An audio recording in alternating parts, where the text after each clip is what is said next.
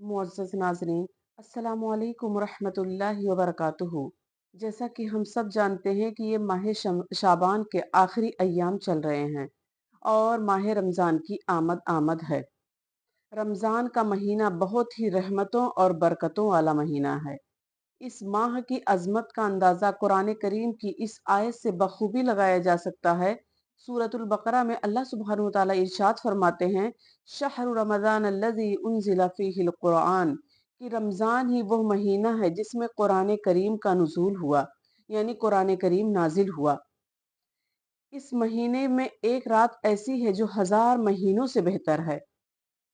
और इस महीने में 3 अशरे होते हैं। पहला अशरा रहमत का, दूसरा मग़फ़िरत का और तीसरा जहन्नम से नजात, जहन्नम से खलासी हासिल करने का। तो इंशाअल्लाह हम बहुत जल्द इस बाबरकत महीने से मुस्तफ़ीद होंगे।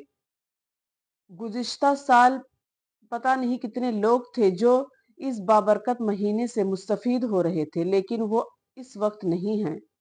और आइंदा साल भी हम में से पता नहीं कितने लोग होंगे जो इस महीने से फायदा उठाएंगे और पता नहीं कितने लोग इस दार फ़ानी को अलविदा कह चुके होंगे। इसीलिए हमें हर रमज़ान को ये समझना चाहिए कि हमारी ज़िंदगी का आखिरी रमज़ान है, क्योंकि मौत का कोई भरोसा नहीं, मौत कब आ जाए किसी को कुछ नहीं पता। मुअज़्ज़ज़ नाज़रीन, रमज़ानुल मुबारक का महीना सिर्फ खाने पीने का ही महीना नहीं है, बल्कि रमज़ानुल मुबारक का महीना नेकियां समेटने का महीना है। ये गोया कि अल्लाह सुब्हानो ताला की तरफ से एक सेल लगी हुई है कि हर नेकी का बदला 70 गुना है। यानी अगर हमने 1 रुपया भी किसी को दे दिया, गोया कि हमने 70 रुपया दिया।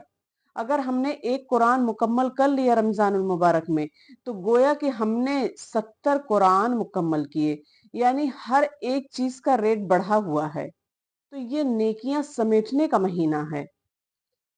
और इसी तरीके से हर नेकी को अल्लाह ताला 70 गुना बढ़ा देते हैं। इसी तरीके से हर गुनाह पर भी बड़ा अजाब है, यानी गुनाह में भी अजाब को बढ़ा दिया जाता है। और रोजे का मकसद अल्लाह ताला क्या फरमाते हैं कि तकवा है। सूरतुल बकरा में अल्लाह सुब्हानो ताला इरशाद फरमाते हैं, या अय्युहल्लज़ीना आमनू कुतिबा अलैकुमुस सियामु कमा कुतिबा अलल्लज़ीना मिन क़ब्लिकुम लअल्लकुम तत्तकून, कि ए ईमान वालो, तुम पर रोजे फर्ज किए गए जैसा कि तुमसे पहले के लोगों पर रोजे फर्ज किए गए, ताकि तुम तकवा इख्तियार करो। यानी ऐसा नहीं है कि हमारे ही ऊपर, यानी उम्मत मोहम्मदिया सल्लल्लाहु अलैहि वसल्लम पर ही रोजे फर्ज किए गए थे, इससे पहले किसी भी उम्मत पर नहीं। नहीं, बल्कि इससे पहले की उम्मतों में भी रोजे थे और इस उम्मत में भी रोजे हैं। मकसद क्या है? ताकि तुम्हारे अंदर तकवा हो, परहेजगारी हो, तुम मुत्तकी बन जाओ। और रमजानुल मुबारक में सुबह सादिक से लेकर गुरूब आफताब तक खाने पीने को मना किया गया है। यानी हर वो चीज जो रमजान के अलावा के महीनों में हलाल होती है, रमजानुल मुबारक में कुछ घंटों के लिए वो चीज हराम हो जाती है और हम उसको बहुत अच्छे तरीके से कर भी लेते हैं। यानी कुछ घंटे हम उस चीज से रुक जाते हैं, मसलन खाने पीने से या मुबाशरत करने से या फिर कोई और काम करने से हम कुछ घंटे बाज रहते हैं, हम कुछ घंटे उससे रुक जाते हैं। लेकिन वो चीजें जिसको अल्लाह सुब्हानहु ताला ने 1 मिनट के लिए भी, 1 लम्हे के लिए भी हलाल नहीं की है, उसको उसको हम बहुत हल्के में लेते हैं और हम उससे गुरेज नहीं करते हैं, ना ही उससे बचते हैं। मसलन चोरी करना, गीबत करना, झूठ बोलना, किसी पर बहतान लगाना, जिना करना, सूद खाना, रिश्वत लेना, इसी तरीके से गलत जराए से माल कमाना। हालांकि हम सब जानते हैं कि हराम रोजी से इबादत जो है वो कबूल नहीं होती है और ना ही कोई शख्स मुत्तकी और परहेजगार होता है। तो इन चीजों को जिसको अल्लाह ताला ने 1 लम्हे के लिए भी हलाल नहीं किया है, हम उसको अपने ऊपर हलाल कर लेते हैं। यानी हमें उससे जरा भी डर नहीं लगता कि हम इससे बचते रहें। तो रमजान का इस्तकबाल और उसकी तैयारी हमें अपने ज़हनी और जिस्मानी दोनों एतबार से करनी चाहिए। जब हमारे घर कोई मेहमान आता है, तो अगर हमारे मेहमान की भी कैटेगरी होती है। अगर कोई एक वो मेहमान जो आए दिन आता है, मतलब अक्सर व बेशतर आ जाता है, तो उसकी ज़ियाफ़त हम अलग अंदाज से करते हैं।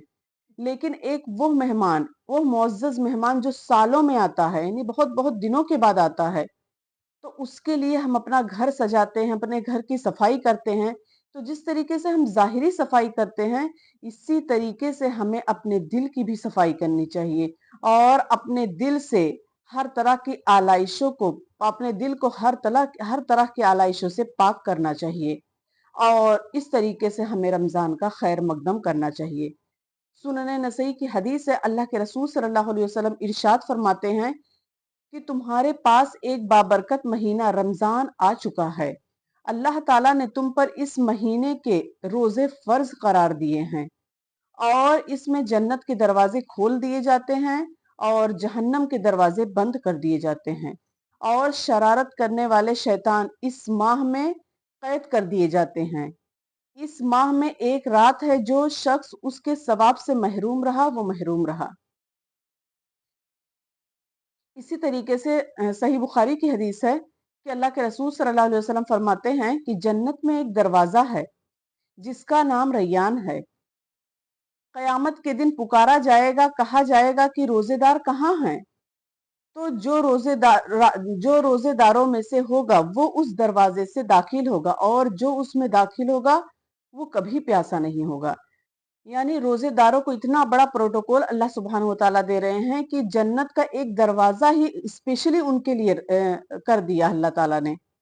یعنی جس طریقے سے جہنم کے 7 دروازے ہیں، اس طریقے سے جنت کے 8 دروازے ہیں، اور اس میں ایک دروازہ باب الریان ہے جس میں صرف روزے دار ہی جائیں گے، اس کے علاوہ کوئی اور نہیں جائے گا۔ تو اللہ تعالیٰ اتنا بڑا پروٹوکول رمضان المبارک کے روزے رکھنے والوں کو دے رہے ہیں، روزے داروں کے لیے، کہ اس سے صرف وہی روزے دار ہی جائیں گے، اور جو اس میں داخل ہو گیا تو وہ کبھی پیاسا نہیں ہوگا، یعنی اسے کبھی پیاس نہیں لگے گی۔ تو یہ رمضان المبارک بہت ہی بابرکت مہینہ ہے، اور اس کے برکتوں سے، اس کی رحمتوں سے ہمیں بے انتہا مستفید ہونا ہے۔ ہم اس سے زیادہ فائدہ اٹھائیں، صرف کھانے پینے میں ہی نہ لگے رہیں، بلکہ ہمیں اس سے نیکیاں زیادہ سے زیادہ سمیٹنا، کیونکہ ایک تو اس میں شیطان قید ہو جاتے ہیں، تو اس لیے عبادت کرنا اور بھی زیادہ آسان ہو جاتا ہے۔ اور اس کے علاوہ جو ہے، جامع ترمذی کی حدیث ہے، اللہ کے رسول صلی اللہ علیہ وسلم ارشاد فرماتے ہیں کہ جب ماہ رمضان کی پہلی رات ہوتی ہے تو شیطانوں اور سرکش جنوں کو بیڑیاں پہنا دی جاتی ہیں، اور جہنم کے دروازے بند کر دیے جاتے ہیں، یہاں تک کہ ان میں سے کوئی بھی دروازہ نہیں کھولا جاتا ہے، اور جنت کے دروازے کھول دیے جاتے ہیں، حتیٰ کہ اس میں ایک بھی دروازہ نہیں بند کیا جاتا ہے، اور ایک پکارنے والا پکارتا ہے کہ اے طالب خیر آگے آ، اے خیر کے متلاشی آگے آ، اور اے شر کے متلاشی، اے شر کے طلبگار رک جا، اور اللہ تعالیٰ کی طرف سے بندے آگ سے آزاد کر دیے جاتے ہیں۔ ماہ رمضان کی ہر رات یوں ہی ہوتا رہتا ہے۔ اس حدیث کے ذریعے سے ہمیں کیا پتا چلا کہ رمضان المبارک میں جہنم کے تمام دروازے بند کر دیے جاتے ہیں، یعنی 7 کے 7 دروازے بند کر دیے جاتے ہیں، اور جنت الفردوس کے 8 دروازے کھول دیے جاتے ہیں، اور اس کے بعد ایک پکارنے والا پکارتا ہے کہ اے خیر کے طلبگار آگے آ، اور اے شر کے متلاشی، اے شر کے طلبگار رک جا، اور اللہ تعالیٰ ہر رات اپنے بندوں کو جہنم کی آگ سے خلاصی دیتے ہیں، ہر رات اللہ تعالیٰ جہنم کی آگ سے اپنے بندوں کو نجات دیتے ہیں، اور یہ پورے رمضان ہوتا رہتا، ایسا نہیں کہ صرف ایک ہی رات میں ہوتا ہے، بلکہ یہ پورے رمضان ہوتا ہے۔